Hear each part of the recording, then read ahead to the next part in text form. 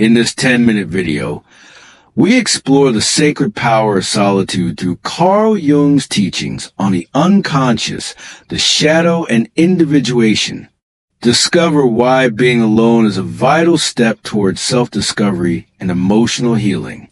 With actionable advice and reflective questions, this video empowers you to embrace solitude as a path to wholeness. Hey there. Have you ever noticed how society tells us being alone is something to avoid? Like it's sad or a sign something's wrong. But what if I told you that being alone isn't just okay, it's sacred? Carl Jung, the legendary psychologist, believed solitude is where we meet our true selves. Today, we're diving into why being alone is a gift, not a curse. Stick with me, because by the end, you might just see solitude in a whole new light. This isn't about loneliness. It's about choosing to be with yourself, to listen to that quiet voice inside. Jung taught us that the journey to wholeness, what he called individuation, starts in moments of solitude. So, let's explore why being alone is sacred, how it can heal you, and how you can embrace it without fear. Ready? Hashtag part 1. Solitude and the unconscious mind. Jung believed our unconscious mind is like a vast ocean, full of hidden treasures and shadows. When we're always surrounded by noise, people, distractions, social media, we drown out that inner voice. But in solitude, it speaks. Think about it. When was the last time you sat alone, no phone, no TV, just you and your thoughts? It can feel uncomfortable, right? Jung would say that's because your unconscious is knocking. It's showing you parts of yourself you've ignored, maybe dreams, emotions, or even fears. Here's a real-world example. I once met someone who felt lost after a breakup. They filled their days with friends and work to avoid the pain. But when they finally spent time alone, they started journaling. They wrote about their fears, their hopes, and slowly, they found clarity. Jung would call this listening to the unconscious, a step toward healing. So, try this. Spend 10 minutes alone today. No distractions. Just sit and notice what comes up. Ask yourself, what's my unconscious trying to tell me? You might be surprised by the answers. Hashtag part 2, facing the shadow. Now let's talk about something Jung called the shadow. The shadow is the part of you that you hide, not just from others, but from yourself. It's your insecurities, your anger, maybe even your unfulfilled dreams. Solitude is where you meet your shadow, and that's why it can feel scary. But here's the thing. Jung said we can't become whole until we integrate our shadow. That means facing it, not running from it. Have you ever avoided being alone because you're afraid of what you'll feel? Maybe it's guilt, shame, or sadness. That's your shadow waving at you. Here's a story. A friend of mine used to hate being alone because it reminded her of past mistakes.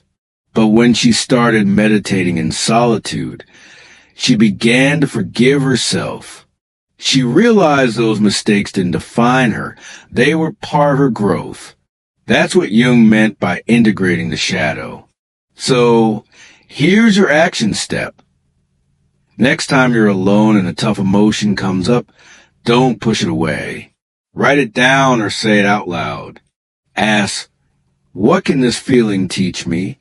This is how you turn your shadow into strength. Hashtag part 3, the path to individuation. Jung's ultimate teaching was about individuation, the process of becoming your true self. And guess what? Solitude is a sacred space where this happens. When you're alone, you're free from others' expectations. You can ask, who am I really? what I want. This isn't about being selfish. It's about self-discovery. Think of it like planting a seed. Solitude is the soil where your true self grows. Without it, you're just reacting to the world, not living authentically. Here's an example. I once took a solo weekend retreat. No phone, no internet. At first, it felt weird, but by day 2, I was writing down dreams I'd forgotten, goals I'd buried under shoulds. I came back feeling more me than ever. That's individuation in action. So ask yourself, what would it look like to choose yourself today? Maybe it's saying no to a draining commitment. Maybe it's taking a walk alone to think. Small steps lead to big growth. Hashtag part 4. Why solitude heals. Solitude isn't just about self-discovery. It's about emotional healing. Jung believed our unconscious holds onto pain until we face it. When you're alone, you create space to process. Have you ever cried alone and felt lighter afterward? That's your unconscious releasing what's been stuck. Or maybe you've had a sudden aha moment in the shower. That's your mind working its magic in solitude. Here's a practical tip. Try a solitude ritual. Once a week, carve out 30 minutes. Light a candle, play soft music, and just be. You can journal, meditate, or simply sit. Let whatever comes up, joy, pain, ideas, flow without judgment. This is how you heal. So here's the truth. Being alone isn't sad. It's sacred. It's where you meet your unconscious. Face your shadow and walk the path to your true self. Carl Jung showed us that solitude is the key to wholeness. And now it's up to you to unlock that door. Take a moment to reflect. What's one small way you can embrace solitude this week? Maybe it's a quiet walk, a journal session, or just turning off your phone for 10 minutes.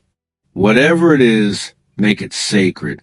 If this video resonated with you, please give it a like and share it with someone who might need to hear this. Subscribe for more videos on self-discovery and growth, and let me know in the comments, what does solitude mean to you? I can't wait to read your thoughts. Until next time, remember, you don't need to fear being alone. It's where you find yourself.